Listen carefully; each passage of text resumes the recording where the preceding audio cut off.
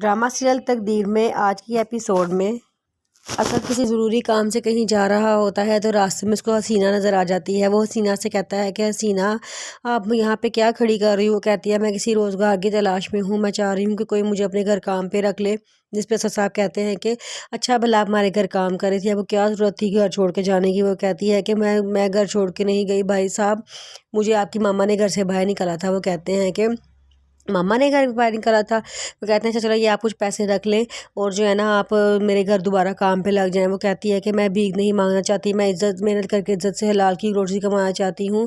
मुझे जब से रूमी बीवी आपके घर आई थी, आके मामा ने मुझे घर से बाहर निकाल दिया। वो कह रही थी कि रूमी सारे काम करने के लिए आ गई है तो तुम्हारी कोई ज़रूरत नहीं रही, इसलिए उन्होंने मुझे घर से बाहर निकाल दिया। अच्छा साहब कहते हैं कि अच्छा ऐसा करें, कुछ पैसे पकड़ें आप, या आप मेरी तरफ से तोहफ़ा समझ के रख लें और आप कल से दोबारा काम पर आ जाएँ, अम्मी को मैं समझा दूँगा। वो कहती है कि नहीं बेगम साहबा मुझे बहुत डांटेंगी।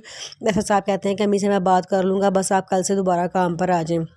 कहती है ठीक है साहब, बहुत शुक्रिया आपका, अल्लाह ताला आपको ज़िंदगी तंदुरुस्ती सेहत दे। वो उसको बहुत दुआएं देती है और असद साहब वहाँ से चले जाते हैं। फिर रूमी अपने कमरे से बाहर निकलती है तो वहाँ पे माहीन और उसकी सास खड़ी बातें कर रही होती हैं।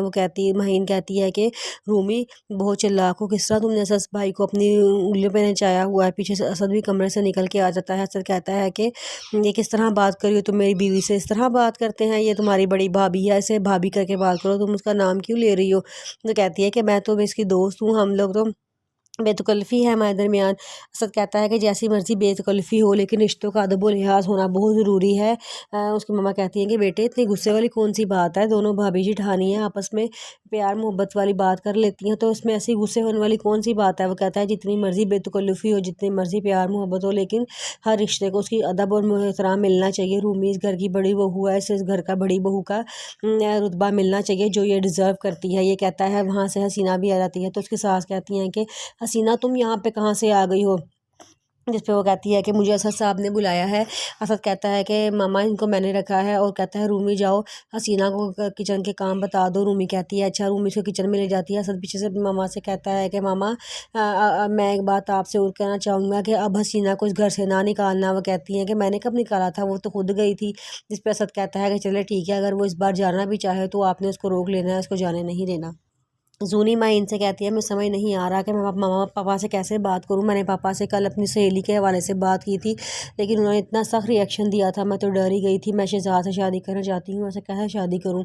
जिस पे माहिन से कहती है मैं कहना चाह रही हूँ लेकिन मुझे बात ज़बान पर नहीं आ रही। मैं तुम्हें ये समझाना चाहती हूँ कि तुम ऐसा करो, जो शहजाद कह रहे हो तुम उसकी बात मान लो, तुम चुप करके शादी करो। जब तुम्हारी शहजाद शादी हो जाएगी तो तुम्हारे घर वाले कुछ नहीं कर सकेंगे। वो कहती है कि मैं कैसे शादी कर सकती हूँ, मेरे घर वालों की इज़्ज़त दाँव पे लग जाएगी, मेरे पापा और भाई किसी को मुंह दिखाने के काबिल नहीं रहेंगे। वो कहती है चलो ठीक है, या तो फिर अब तुम अपनी खुशियों को देख लो या अपने माँ पापा और भाई के इज़्ज़त को देख लो। मैं कह रही हूँ तुम मुझसे शादी करके शादी कर लो, फिर कोई तुम्हें कुछ कहने वाला नहीं बनेगा। वहाँ जूली के माँ पापा वहाँ बैठे बातें कर रहे होते हैं जिस पे वो कहते हैं कि मैं अपनी बेटी की फ्रेंड लिस्ट चेक कर रहा हूँ। फ़हमीदा पूछती है कि आप उसकी फ्रेंड लिस्ट क्यों चेक कर रहे हैं, आज से पहले तो आपने ऐसा कुछ भी नहीं किया। वो कहता है कि आज से पहले जूनी ने कभी मुझसे ऐसी बात भी नहीं की है। फ़हमीदा कहती है ऐसी क्या बात करती है उसने आपसे। तो वो बताता है कि वो अपनी किसी दोस्त का जिक्र कर रही थी कि उसको किसी लड़के से प्यार हो गया है। जिस पे वो कहती हैं कि अच्छा ओहो, तो वो उसकी दोस्त ही, आप तो ऐसी बात कर जैसे हमारी बेटी को कोई लड़का पसंद आ गया हो। वो कहते हैं कि बुरी सोबत जो है ना वो ज़रूर अपना असर डालती है। मैं चाहता हूँ कि जूनी उस लड़की के दो असर से दूर हो जाए, लेकिन मुझे तो कहीं भी उसकी फ्रेंड लिस्ट में उस लड़की का नाम नज़र ही नहीं आ रहा। उसकी अम्मा कहती हैं कि ऐसा करते हैं कि आप साथ की मामा से बात करें, हम इनका रिश्ता तय कर देते। जब वो साथ के नाम की अंगूठी धोनी के हाथ में पड़ेगी तो वो खुद ही उसके कदम संभल जाएंगे, उसको अपनी हदूद पता लग जाएंगी। उसके पापा कहते हैं हाँ ऐसा ठीक है, ऐसा करो तुम कल ही उनको कॉल करो और मना लो। वो कहती है कि ठीक है मैं कल ही उनको कॉल करूँगी।